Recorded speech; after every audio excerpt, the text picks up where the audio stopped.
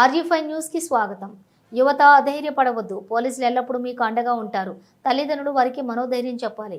యువత చెడు పనులు చేయకుండా, బెట్టింగ్లు ఆడకుండా యువత తీసుకోవాల్సిన జాగ్రత్తలపై, అలాగే తల్లిదండ్రులు తీసుకోవాల్సిన జాగ్రత్తలపై, వేసవికాలంలో విద్యార్థుల పట్ల తల్లిదండ్రులు తీసుకోవాల్సిన పలు జాగ్రత్తలపై Atmakur circle inspector T Sivakumar media సమావేశంలో తెలియజేయడం జరిగింది.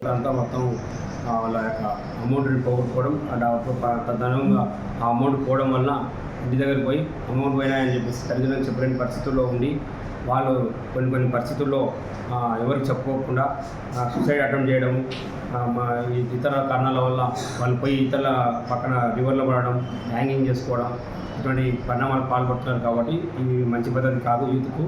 అలాగే క్రికెట్ బెట్టింగ్ అనేది నేరం. దీని కింద ఇమీడియట్గా మేము కేసు రిజిస్టర్ చేసి తగిన చర్య తీసుకుంటాం. తద్వారా వాళ్ళకి సంబంధించినటువంటి పిల్లలు ఎవరైతే దీనికి పాల్పడతారో వాళ్ళు కూడా ఖచ్చితంగా వాళ్ళ కెరీర్ రేపొద్దున వాళ్ళ స్టూడెంట్ కెరీర్, వాళ్ళ యొక్క ఎడ్యుకేషన్ కానీ ఆ కెరీర్ మొత్తం కంప్లీట్గా బంద్ అయ్యే అవకాశాలు ఉన్నాయి.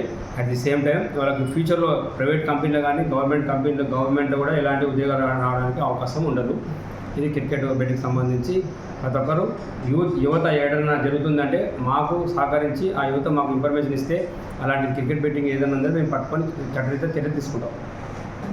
అలాగే ఇప్పుడు వేసవికాలం మొదలైంది కాబట్టి ఈ యువత ఎవరైతే ఇంటర్మీడియట్, డిగ్రీ ఎగ్జామ్స్ రాసే పిల్లలు, ఆల్రెడీ 10th క్లాస్ ఎగ్జామ్స్ ప్రజెంట్గా రాస్తున్నారు. ఆ పిల్లలు కూడా ఈ లవ్ అని చెప్పేసి ఒక అట్రాక్షన్కి ఫీల్ అయిపోయి పబ్లిక్లో తిరుగుకుంటూ ఈ ఊళ్ళల్లో విలేజెస్లో తల్లిదండ్రులు కూలిపోయే క్రమంలో అమ్మాయిలు అబ్బాయిలతో లవ్ అఫైర్ పెట్టుకొని ఒక లవ్ అనే వ్యామోహాన్ని ఆ వ్యామోహాన్ని పడి ఎడ్యుకేషన్ పార్ట్ చేసుకుంటూ రకరకాలుగా ఇబ్బంది పడుతూ సూసైడ్ అటెంప్ట్ చేసుకుంటూ వాళ్ళ మీద క్రిమినల్ కేసులు చేసుకోవడం, అలాగే మైనర్ పిల్లలు ఎవరైనా ఉంటే పోక్సో కేసు కింద ఇన్వాల్వ్మెంట్ అవుతారు.